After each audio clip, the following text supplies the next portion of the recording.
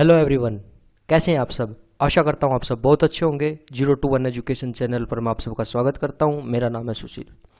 दोस्तों, आज हम अपनी इस वीडियो लेक्चर सीरीज में ज्योग्राफी सब्जेक्ट को कवर करेंगे। मैं अपने लेक्चर को शुरू करने से पहले दोस्तों आपसे कुछ सामान्य चर्चा कर लेना चाहता हूं। समझिए, हमारे जो भी सब्जेक्ट्स हैं दोस्तों, जैसे ज्योग्राफी, हिस्ट्री, पॉलिटी, इकोनॉमी और साइंस एंड टेक, दोस्तों इन्वायरमेंट को भी मैं ज्योग्राफी सब्जेक्ट्स में ही ऐड कर लेता हूँ। अब दोस्तों समझिए, अगर आपको हिस्ट्री को समझना है तो आपको पॉलिटी की समझ होना बहुत ज़्यादा ज़रूरी है, क्योंकि दोस्तों किसी भी देश के इतिहास पर, किसी भी देश की इतिहास पर उस देश की भौगोलिक स्थिति, उस देश का भूगोल बहुत ज़्यादा प्रभाव डालता है। इसलिए जब तक आपको ज्योग्राफी की नॉलेज नहीं होगी तब तक आप हिस्ट्री सब्जेक्ट से कनेक्ट नहीं कर पाएंगे। जैसे समझते हैं एक एग्जाम्पल के थ्रू। यूपीएससी में एक क्वेश्चन आता है कि इतनी ज़्यादा साम्राज्य पर कंपी लड़ाइयाँ पानीपत में ही क्यों लड़ी गई। दोस्तों आपको सभी को पता होगा, अभी पानीपत मूवी भी रिलीज हुई थी। तो जो पानीपत है वो हरियाणा राज्य में आता है और हरियाणा राज्य का एक डिस्ट्रिक्ट है। और दोस्तों आप देखेंगे कि हरियाणा की जो स्थिति है वो उत्तर की तरफ है। हरियाणा की स्थिति उत्तर की तरफ है और जो पानीपत है वो दिल्ली से इस साइड में है। मैं यहाँ पे छोटा सा ये निशान लगा देता हूँ, ये आपको दिखाई दे रही होंगे, 2 बिंदु बना दिए मैंने। इस साइड में दोस्तों पानीपत है। तो जो भारत की राजधानी थी उस समय पर वो थी दिल्ली। तो जो जितने भी आक्रमणकारी थे वो सभी दिल्ली पर अपना शासन करना चाहते थे, दिल्ली को हथियाना चाहते थे, क्योंकि दिल्ली राजधानी थी।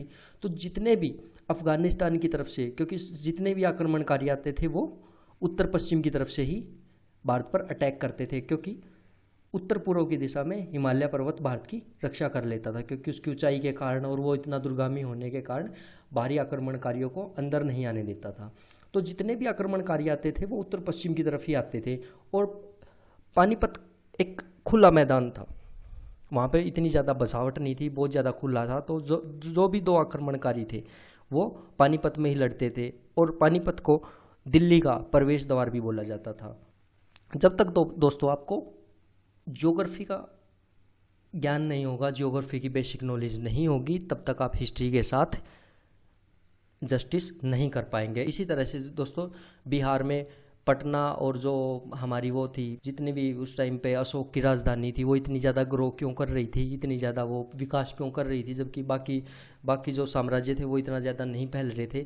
उसका भी कारण है क्योंकि वो गंगा यमुना के दोआब पर स्थित थी। उस जगह की उपजाऊ ज़मीन का और वहाँ पर मिले मिनरल्स वगैरह का, लोहे का बहुत ज़्यादा फ़ायदा मिल रहा था। जब तक आपको और मिनरल्स के बारे में, तत्वों के बारे में और जितने भी हमारे खनन में जितने भी हमारे खनिज उत्पादन होता है, वो सारे की सारी उनकी जानकारी हमें ज्योग्राफी सब्जेक्ट से मिलती है। तो जब तक हमें ज्योग्राफी सब्जेक्ट्स की नॉलेज नहीं होगी आप हिस्ट्री से जस्टिस नहीं कर पाएंगे। उसी तरह से दोस्तों पॉलिटी सब्जेक्ट्स को लेते हैं। दोस्तों पॉलिटी से भी आप तब तक जस्टिस नहीं कर पाएंगे जब तक आपके पास हिस्ट्री का बेसिक नॉलेज नहीं होगा, क्योंकि दोस्तों जब आप हिस्ट्री को पढ़ते हो तो आपको पता चलता है कि शासन की 2-3 तरह की प्रणाली है। एक तो लोकतंत्र है, डेमोक्रेसी, जो कि भारत में है। दूसरा दोस्तों राजतंत्र, और एक है अथॉरिटेरियन, जिसको तानाशाह बोलते हैं।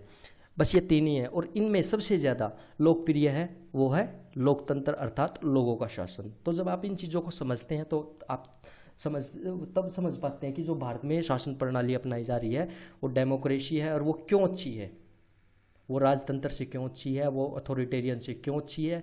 आप इनके बारे में भी जानकारी तभी लगा पाते हैं जब आप हिस्ट्री का आपको ज्ञान होता है, और हिस्ट्री को आप तब समझ पाते हैं जब आपको जियोग्राफी का ज्ञान होता है। इसी तरह से अगर आपको इकोनॉमी को समझना है, अर्थशास्त्र को समझना है, तो आपको पॉलिटी का ज्ञान होना चाहिए, क्योंकि दोस्तों पॉलिटी में ही हम पॉलिसी मेकिंग करते हैं, नीतियों का निर्माण करते हैं। और जब हम नीतियों का निर्माण कर लेते हैं उसी के द्वारा हमारी अर्थव्यवस्था ग्रो करती है। अर्थव्यवस्था में विकास होता है।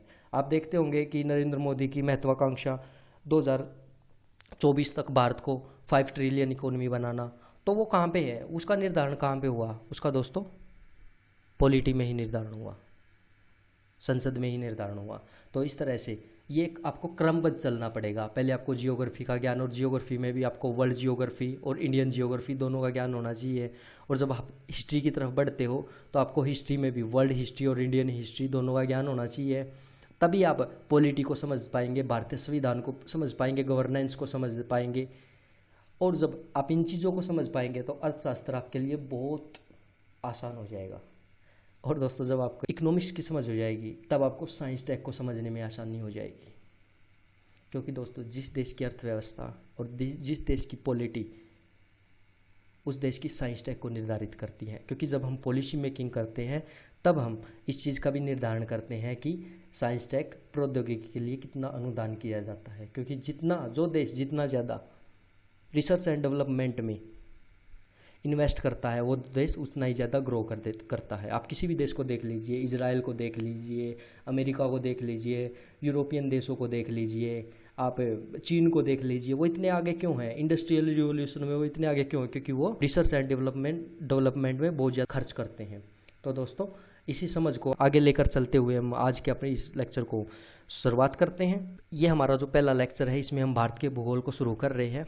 दोस्तों शुरू तो मैंने ब्रह्मांड की उत्पत्ति के और पृथ्वी की उत्पत्ति से था, परंतु मैंने सोचा कि सबसे पहले आपको भारत के भूगोल को समझाया जाए। अगर आपको भारत के भूगोल में आपको कुछ दिक्कतें महसूस होंगी, क्योंकि अगर आपको भारत का भूगोल समझना है उससे पहले आपको वर्ल्ड जियोग्राफी की नॉलेज होना बहुत ज़्यादा ज़रूरी है। उसकी कमी को आप लेक्चर के बीच में महसूस करते रहेंगे। मैं आपको बीच बीच में बताता रहूँगा कि कहाँ हम लैग कर रहे हैं और कहाँ आपको किस चीज़ की ज़रूरत है। अगर आपको वहाँ पे वर्ल्ड जियोग्राफी की जानकारी होती तो आप यहाँ पे इसको बहुत अच्छी तरह से समझ पाते हैं, आपको किसी भी तरह की प्रॉब्लम।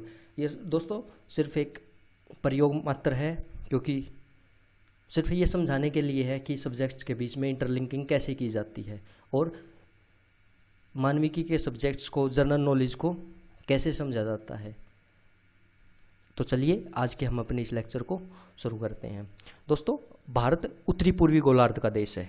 मैं इसको आपको एक डायग्राम के द्वारा समझा देता हूँ। आप सभी को पता होगा कि पृथ्वी गोल है और पृथ्वी के मध्य से एक रेखा गुजरती है जिसे हम भूमध्य रेखा के नाम से जानते हैं, जो पृथ्वी को दो बराबर भागों में बांट देती है, जिसके ऊपरी भाग को हम उत्तरी गोलार्ध कहते हैं और निचले भाग को हम दक्षिणी गोलार्ध कहते हैं। इसी तरह से हम इसके अक्ष से भी एक दूसरी रेखा को इसके बीचों बीच से मान लेते हैं, खींच देते हैं, जो पृथ्वी का अक्ष कहलाती है। यह भी पृथ्वी को दो बराबर भागों में बांट देती है, एक साइड पूर्व दूसरा पश्चिम।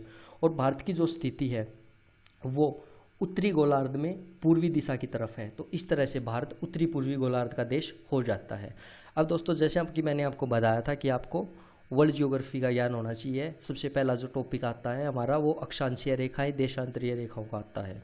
अगर आपने कहीं से पहले इसको पढ़ रखा है तो आपको कोई दिक्कत नहीं आएगी। अगर आपको इसको मेरे लेक्चर को पहली बार देख रहे तो आपको इसमें दिक्कत आएगी, क्योंकि आपको अगर अक्षांश और देशांतर रेखाओं का ज्ञान होगा तो आप भारत का जो अक्षांशीय विस्तार है उसको भी समझ पाएंगे। लेकिन अगर देख रखा तो अगर आपने पहले इसको पढ़ रखा तो अच्छी बात है, अगर नहीं पढ़ रखा तो कोई बात नहीं, मैं आपको इसको फिर भी आसानी से समझा देता हूँ। दोस्तों जैसे कि मैंने बताया भूमध्य रेखा 0 डिग्री अक्षांश पर स्थित है। इससे ऊपर जब आप चलते हो तो 8 डिग्री 4 मिनट से 37 डिग्री 6 मिनट उत्तरी अक्षांश, ये भारत का उत्तरी विस्तार हो जाता है। 37 डिग्री 6 मिनट दोस्तों ये जम्मू कश्मीर तक जाता है। और 68 डिग्री 7 मिनट से ये भारत के पश्चिमी पार्ट जो गुजरात कच्छ से स्टार्ट होता है और 97 डिग्री 25 मिनट पूर्वी देशांतर तक इसका विस्तार होता है और ये अरुणाचल प्रदेश तक जाता है। इस तरह से भारत का ये अक्षांशीय विस्तार हो जाता है। दोस्तों ये यहाँ से ऐसे जाता है और यहाँ से गुजरात से अरुणाचल प्रदेश तक जाता है। इस तरह से ये भारत का विस्तार हो जाता है। दोस्तों हम इसको क्यों समझते हैं?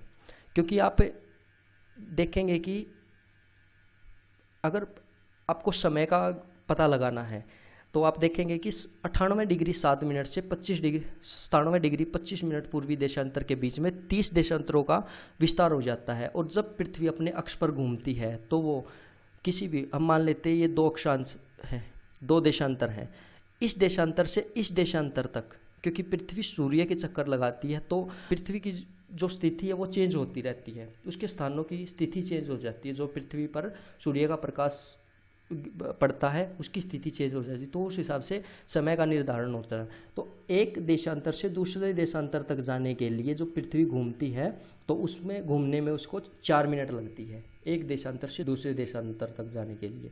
तो इस हिसाब से भारत का जो विस्तार है, जैसे आप 30 देशांतरों का विस्तार है तो 30 को अगर आप 4 से गुणा करेंगे तो 120 मिनट आ जाती हैं, और 1 घंटे में 60 मिनट होते हैं। तो इस हिसाब से भारत में 2 घंटे का अंतर आ जाता है समय में। आप देखेंगे गुजरात से लेकर और यहाँ तक 2 घंटे का अंतर होता है।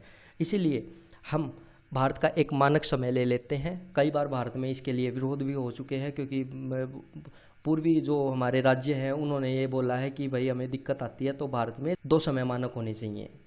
तो इसलिए भारत में फिर भी एक ही समय मानक है, जो उत्तर प्रदेश के इलाहाबाद ज़िले से, नैनी से होकर भारत का मानक यामोत्तर गुजरता है।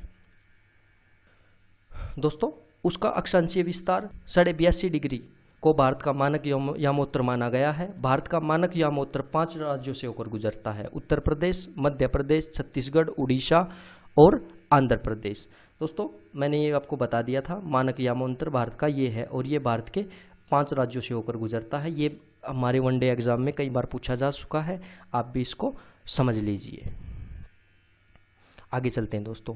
अब दोस्तों आती है जो पृथ्वी पर 3 मानक रेखाएं खींची जाती हैं। वैसे तो बहुत सारी खींची जाती हैं, लेकिन 3 को मुख्य माना जाता है। उन 3 को मुख्य मानने का कारण यह है, उससे हमें सूर्य की स्थिति का पता चलता है। एक तो बिल्कुल मध्य से गुजरती है, जिसे हम भूमध्य रेखा कहते हैं, और उत्तरी गोलार्ध में एक 23.5 डिग्री पर जो है वो उसको बोलते हैं हम कर्क रेखा, और दक्षिणी गोलार्ध में जो नीचे की तरफ है 23.5 डिग्री दक्षिण में, उसको बोलते हैं दोस्तों हम मकर रेखा। ये है कर्क रेखा और ये है मकर रेखा। जो सूर्य का सीधा प्रकाश है वो इनके बीच में ही रहता है हमेशा। जो पृथ्वी का प्रकाश है वो वर्ष में 2 बार सीधा भूमध्य रेखा पर बहुत ज़्यादा पड़ता है।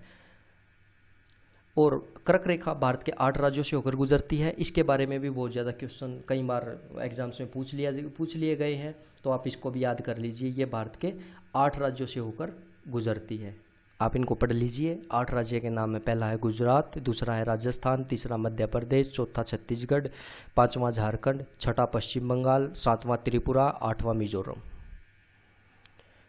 दोस्तों, झारखंड की राजधानी कर्क रेखा पर स्थित है, क्योंकि आपने जो नाम पढ़े हैं इनमें आप देखेंगे कि इसमें झारखंड भी है। तो इसकी जो इन राज्यों में से एक इकलौता झारखंड राज्य है जो बिल्कुल कर्क रेखा के ऊपर स्थित है। परंतु गुजरात की राजधानी गांधीनगर और मध्य प्रदेश की राजधानी भोपाल कर्क रेखा के समीप स्थित हैं। दोस्तों, ये भी वनडे एग्जाम्स में कई बार पूछा जा चुका है, आप इसको भी याद कर लीजिए। और आप इसको भी याद कर लीजिए कि गुजरात की राजधानी गांधीनगर को बोला जाता है। कई बार बच्चे अहमदाबाद और गांधीनगर दोनों में कन्फ्यूज़ हो जाते हैं। दोस्तों, गुजरात की राजधानी गांधीनगर है और मध्य प्रदेश की राजधानी भोपाल है, जो कि कर्क रेखा के समीप स्थित है, कर्क रेखा के ऊपर स्थित नहीं है। आगे चलते हैं दोस्तों। अब भारत की सीमा के बारे में बात कर लेते हैं। दोस्तों, भारत की जो स्थलीय सीमा है वो 15,200 किलोमीटर है। स्थलीय सीमा दोस्तों यहाँ से और यहाँ तक लगती है, यहाँ तक, ये वाली हम इसको भी मापते हैं, तो ये 15,200 किलोमीटर पड़ती है। तटीय सीमा दोस्तों 6100 किलोमीटर है, और द्वीपों सहित यह है 7516 किलोमीटर है। द्वीपों में दोस्तों लक्षद्वीप और अंडमान निकोबार द्वीप ये भी इसी में आते हैं। अगर कुल भारत की सीमा की बात की जाए वो 22,716 किलोमीटर है। अगर हम सर्वाधिक बात की जाए तो सर्वाधिक केंद्र शासित प्रदेश अंडमान और निकोबार, इसकी दोस्तों 1962 किलोमीटर है। और अगर राज्य में बात की जाए तो ये 1214 किलोमीटर है। दोस्तों मैं इनको आपको अलग अलग क्यों पढ़ा रहा हूँ, क्योंकि ये वनडे एग्जाम में कई बार पूछे जा चुके हैं, आप इनको याद कर लीजिए। अगर भारत में सर्वाधिक सीमा पूछी जाए, अगर उसमें राज्य आ जाए तो आपको गुजरात का नाम, गुजरात पर टिक करना है। अगर उसमें राज्य के बारे में कोई भी बात मेंशन ना की गई हो तो आप उसमें अंडमान और निकोबार अगर ऑप्शन में दिया गया है तो आप इसको ऐड करेंगे। अगर सर्वाधिक में अगर केंद्र शासित प्रदेश पूछा गया है तो आपको अंडमान और निकोबार को ही टिक करना है। चलिए दोस्तों आगे चलते हैं। दोस्तों जो भारत की स्थलीय सीमा है, स्थलीय लगेगी दोस्तों क्योंकि ये 7 देशों के साथ सीमा भारत साझा करता है। वो 7 देश हैं दोस्तों, मैं आपको एक बार में बता देता हूँ। पहला है दोस्तों पाकिस्तान, आप देख लीजिए पाकिस्तान की सीमा यहाँ तक लगती है। और दूसरा है दोस्तों अफगानिस्तान। हाँ दोस्तों 102 किलोमीटर रेखा अफगानिस्तान के साथ भी भारत साझा करता है। उसके बाद आ जाता है दोस्तों चीन, फिर आ जाता है नेपाल, फिर आ जाता है दोस्तों भूटान, यहाँ पे म्यांमार और इस तरह से बांग्लादेश। इस तरह से दोस्तों ये 7 देश हो जाते हैं। अब दोस्तों देखते हैं जो राज्य 3 देशों के साथ सीमा बनाते हैं। पहला है दोस्तों जम्मू कश्मीर। जम्मू कश्मीर राज्य 3 देशों के साथ सीमा साझा करता है। पहला है पाकिस्तान के साथ, फिर अफगानिस्तान, मैंने बताया था आपको 102 किलोमीटर लंबी रेखा है जो सबसे कम है, और फिर तीसरा देश है चीन। अब आगे बात कर देते हैं दोस्तों। दूसरा राज्य है सिक्किम। ये दोस्तों नेपाल, चीन और तिब्बत के साथ अपनी सीमा को साझा करता है। तीसरा राज्य है पश्चिम बंगाल जो नेपाल, बांग्लादेश और भूटान के साथ सीमा साझा करता है। आगे चलते हैं दोस्तों ग्रेट निकोबार पर स्थित इंदिरा पॉइंट सबसे दक्षिणतम बिंदु है। जी हाँ दोस्तों, हम जो अपना विस्तार देखते हैं 8 डिग्री 4 मिनट जो मैंने बताया था वो यहाँ से ही मापा जाता है, और ये ज़्यादातर जलमग्न ही रहता है। अभी तो ये दोस्तों जलमग्न है, और यहाँ पर आम आदमी का आवाजाही इस पर बंद कर रखी है। अब चलते हैं दोस्तों, मैं पुदुचेरी के बारे में आपको बता देता हूँ। यह एक केंद्र शासित प्रदेश है जिसके 4 जिले हैं, और ये 4 जिले 3 राज्यों में स्थित हैं। पहला है केरल, केरल में है दोस्तों माहे। दूसरा है दोस्तों तमिलनाडु, तमिलनाडु में इसके 2 जिले हैं, एक है पांडिचेरी, तीसरा है कराईकल। और दोस्तों तीसरा राज्य है आंध्र प्रदेश जिसमें इसका एक जिला है यनम। ये दोस्तों केंद्र शासित प्रदेश के ये 4 जिले हैं जो 3 राज्यों में फैले हुए हैं। चलिए दोस्तों आगे चलते हैं। अब दोस्तों महत्वपूर्ण तट की बात कर लेते हैं। कच्छ और दमन जिसको काठियावाड़ तट बोला जाता है, इसको ये दोस्तों महाराष्ट्र में स्थित है। गोवा मंगलोर जिसको कनारा तट बोला जाता है दोस्तों, ये केरल में स्थित है। कृष्णा नदी डेल्टा में स्थित पुलिकट झील और कन्याकुमारी तक कोरोमंडल तट जो तमिलनाडु में स्थित है। पुलिकट झील से महानदी डेल्टा तक सरकार तट ये आंध्र प्रदेश में स्थित है। महानदी डेल्टा से गंगा के मैदान तक उत्कल तट जो ओडिशा में स्थित है। वेंगा तट पश्चिम बंगाल। दोस्तों इनका याद कर लीजिए क्योंकि ये वनडे एग्जाम में अक्सर पूछ लिए जाते हैं। दोस्तों इसी के साथ हमारा ये आज का लेक्चर ख़त्म होता है। मैं आशा करता हूँ आप सबको मेरा लेक्चर पसंद आया होगा। इसमें जो कमियाँ दोस्तों आप मुझे कमेंट करके बता सकते हैं ताकि मैं अपने कमियों को दूर कर सकूँ और आपके लिए एक अच्छा एजुकेशन प्लेटफॉर्म प्रोवाइड करवा सकूं। इसी के साथ दोस्तों अगर आपने अभी तक हमारे चैनल को लाइक और सब्सक्राइब नहीं किया है तो आप इसको सब्सक्राइब कर लीजिए ताकि अच्छी एग्ज़ाम ओरिएंटेड वीडियो मैं आपके लिए लेके आता रहूं। Thank you. जय हिंद, जय भारत।